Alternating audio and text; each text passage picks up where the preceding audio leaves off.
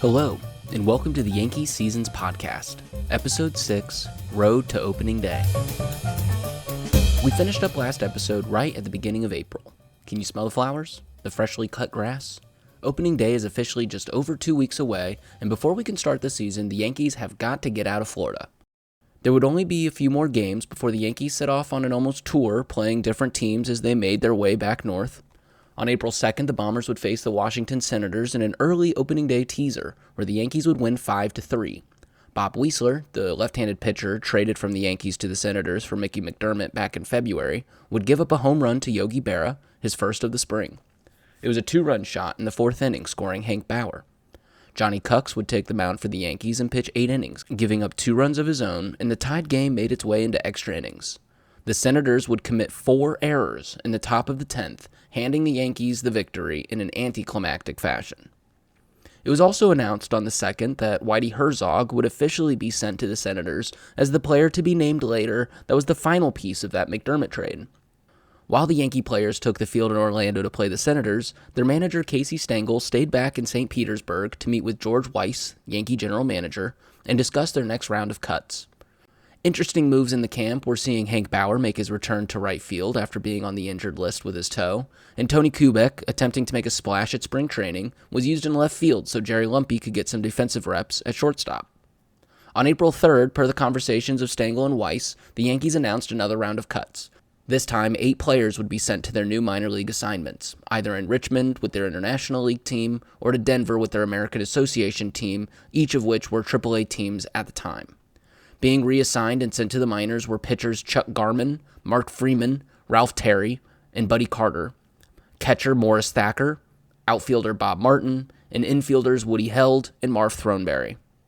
It was also reported early in the morning that Tuesday that pitcher Don Larson fell asleep at the wheel and crashed into a light pole on the St. Petersburg streets. Casey Stengel is quoted as saying, "I'll handle this my own way.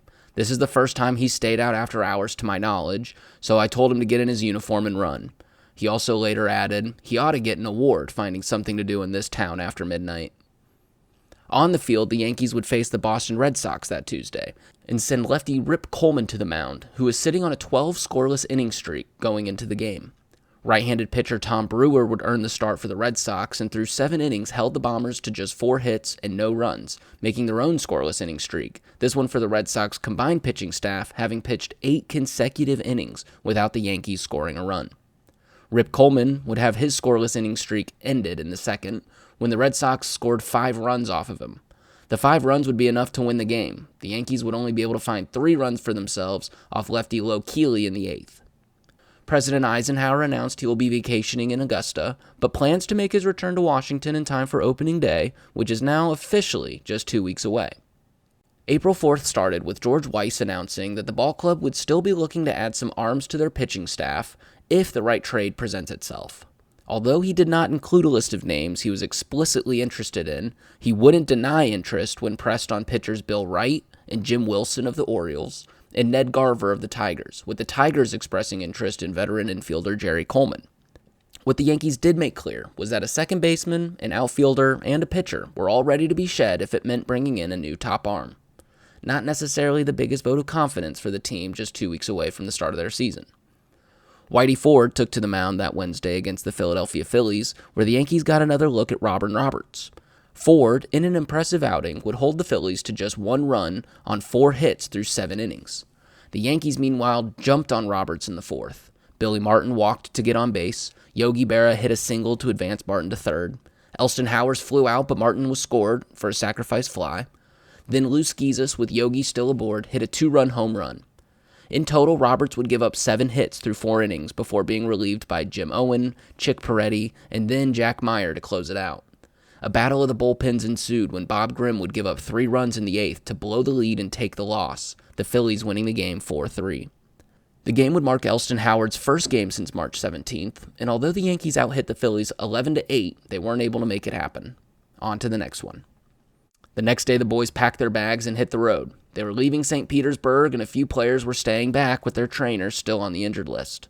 While General Manager Weiss is hopeful that all of the players will be off the injured list and back on the roster before opening day, That being said, since Casey Stengel took over in 1949, this would be the most players on the injured list by the time they left camp.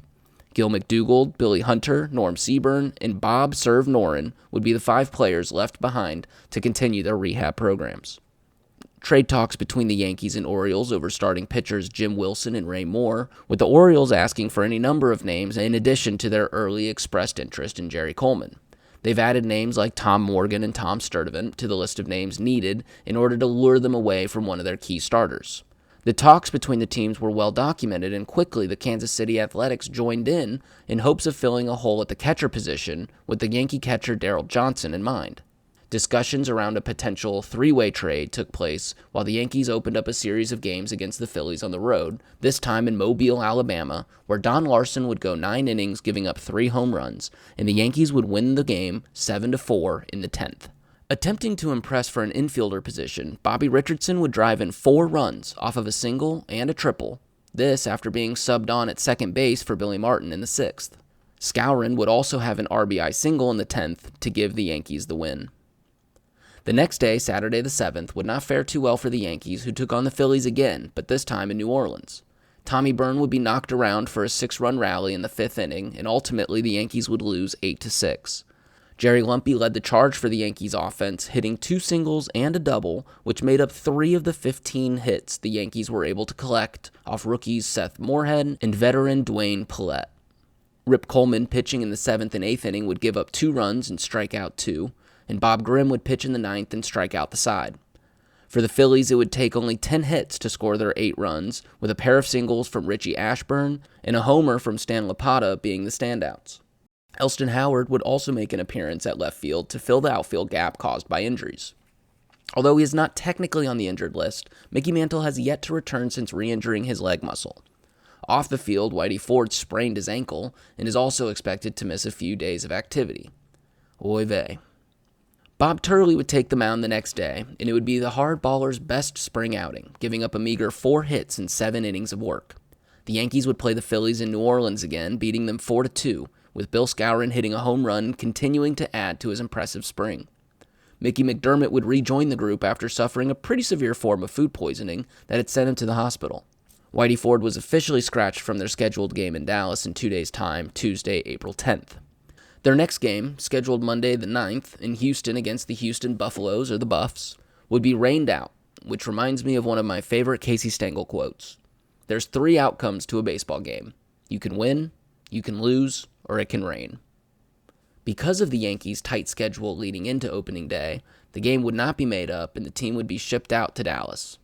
Stengel took the rain out as an opportunity to speak with reporters and provide a few updates on camp and the injuries that seemed to be haunting the team. Whitey Ford was officially back onto pitch in Dallas, and Stengel was hopeful that even if the ankle wasn't at 100%, that Whitey would still be able to start opening day. For the younger players, Stengel praised Jerry Lumpy, saying after what he's shown at shortstop in spring, he wouldn't hesitate to put him there opening day, and that Bobby Richardson could cover second base if he starts Billy Martin at third. Tony Kubek, who originally was trying out for the shortstop position, impressed in both left field and center while covering for Mickey Mantle. While Mantle is expected to be back by the 17th, if not sooner, Kubek could easily get some reps in left field by the start of the season. Stengel also updated the press on the state of the injured list. Gil McDougald is still recovering from a pulled leg tendon and was expected to be the everyday shortstop. Norm Seaburn was still recovering from crashing his knees into an outfield wall earlier in the spring, and Irv Noren and Billy Hunter continue their rehab assignments. Noren had operations done on his knees, and Hunter is recovering from a broken ankle. Bob Serve is still out with a pulled stomach muscle, but if the news about Whitey Ford starting the next game in Dallas wasn't quite good enough, Stengel announced that Mickey Mantle would also be starting in center field in Dallas, a return since he re-hurt his legs in similar fashion to his 1955 injuries. His red-hot spring continues in a sign that maybe the injury plague will start to eradicate. The rain would not make its way to Dallas, and the Yankees would face the Dallas Eagles, a Double-A affiliate for the New York Giants. With Ford's ankle injury being ruled just a sprain, he would pitch 6 innings, giving up 7 hits and all 3 of the Eagles' runs. Those 3 runs wouldn't be enough, though, to beat the Yankees. Elston Howard, starting in right field this time, would hit a solo home run and score another pair off of a triple. He earned 3 RBI himself as the Yankees combined for 15 hits and 6 runs in the 6-3 victory over their minor league opponents.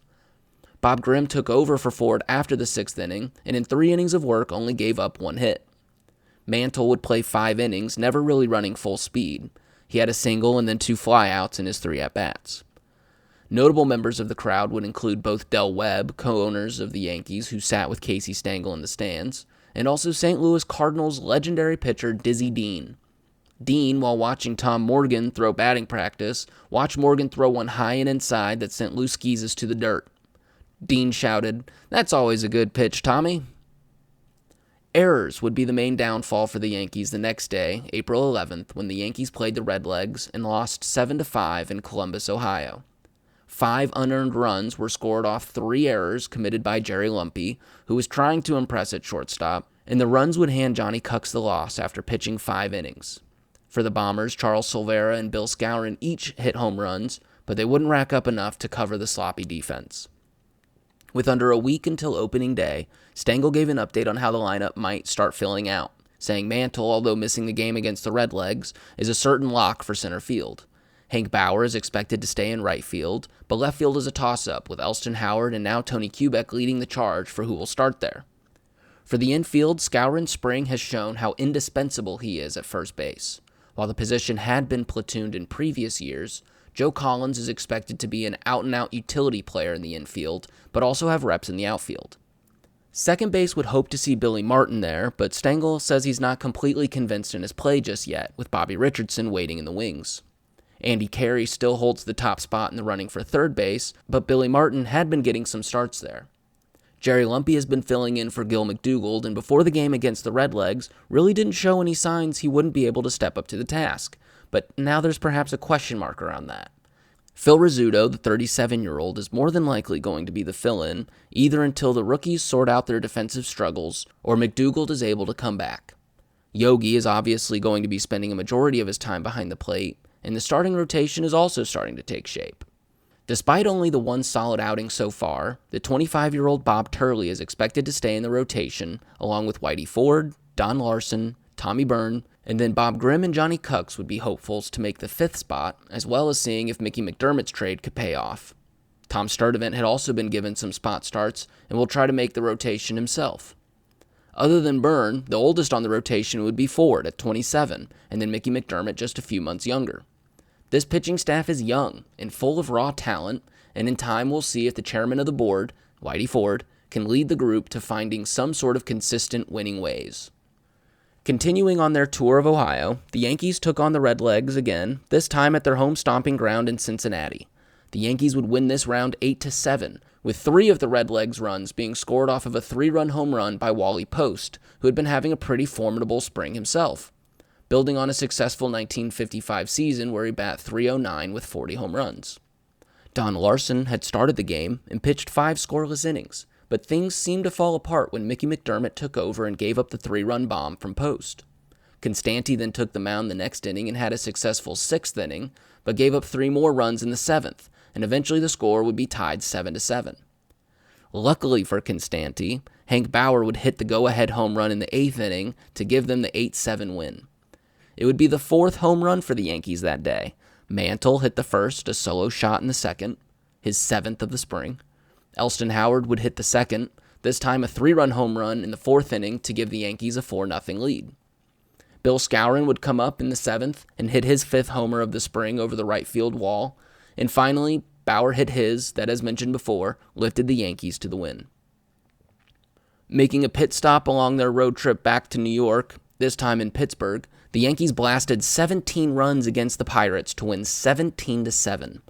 Tommy Byrne started, and in 2 1/3 innings, gave up all 7 of the Pirates' runs. The Yankees' offense had his back, though, with home runs by the usual suspects, Mickey Mantle, Elston Howard, and Yogi Berra, while Lou Skeezes also smacked a pair of triples. Jim Constanti was stretched for 4 innings of work and kept the Pirates hitless in this time to close out the game.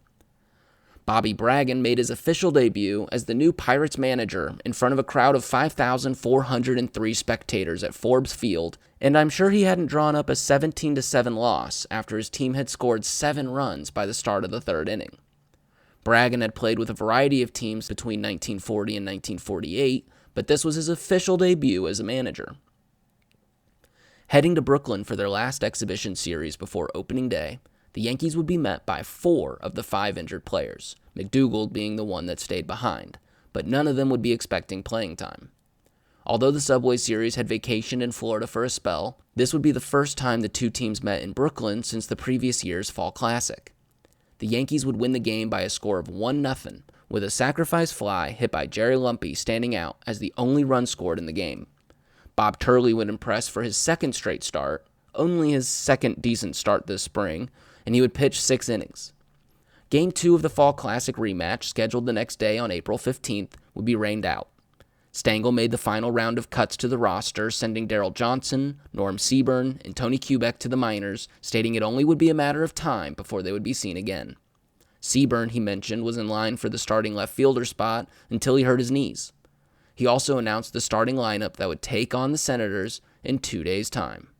Opening day, which would take place in just 2 days on April 17th, would feature this roster. Leading off and playing right field, Hank Bauer. Batting second, at shortstop, the 23-year-old rookie set to make his major league debut, Jerry Lumpy. Batting third, at center field, the star of the show, Mickey Mantle. Cleaning up and batting fourth, the catcher, Yogi Berra. Batting fifth, coming off a spring where he hit .429 at first base, Bill Skowron. Billy Martin at second base bats sixth, followed by Elston Howard at left field batting seventh. Batting eighth in the hot corner is Andy Carey at third base. And finally, batting ninth and taking the mound, Don Larson. Although Stengel might have wanted to go to Whitey Ford for opening day, with the sprained ankle, I don't think a couple extra days to heal would do anybody any harm. Casey had his team, and with only 1 day now separating the Yankees from opening day, Stengel told reporters, "We're ready." This is where we'll be wrapping things up for this episode. We're here. I feel like a kid on Christmas Eve. The New York Yankees have had their fair share of injuries and unexpected bad luck throughout the spring. The pitching, all in all, has fared quite well. Coach Frankie Crissetti claims the pitching might even look better this year than it had in the recent past. Another massive positive sign, though, would have to be the rookie class coming up. Norm Seaburn was voted the rookie player of the camp, and Tony Kubek, Lou Schizas, Jerry Lumpy, and Darryl Johnson were all standouts. The real standouts, though, would have to be Mickey Mantle, Bill Skowron, and Elston Howard, who all seemed up to the bill of being a Bronx Bomber and were prepped and ready for a hot summer. Next time, things get serious, and the season begins. Go grab a pack of hot dogs and throw them on the grill. It's time for baseball. Until then, thanks for listening, and see you next time.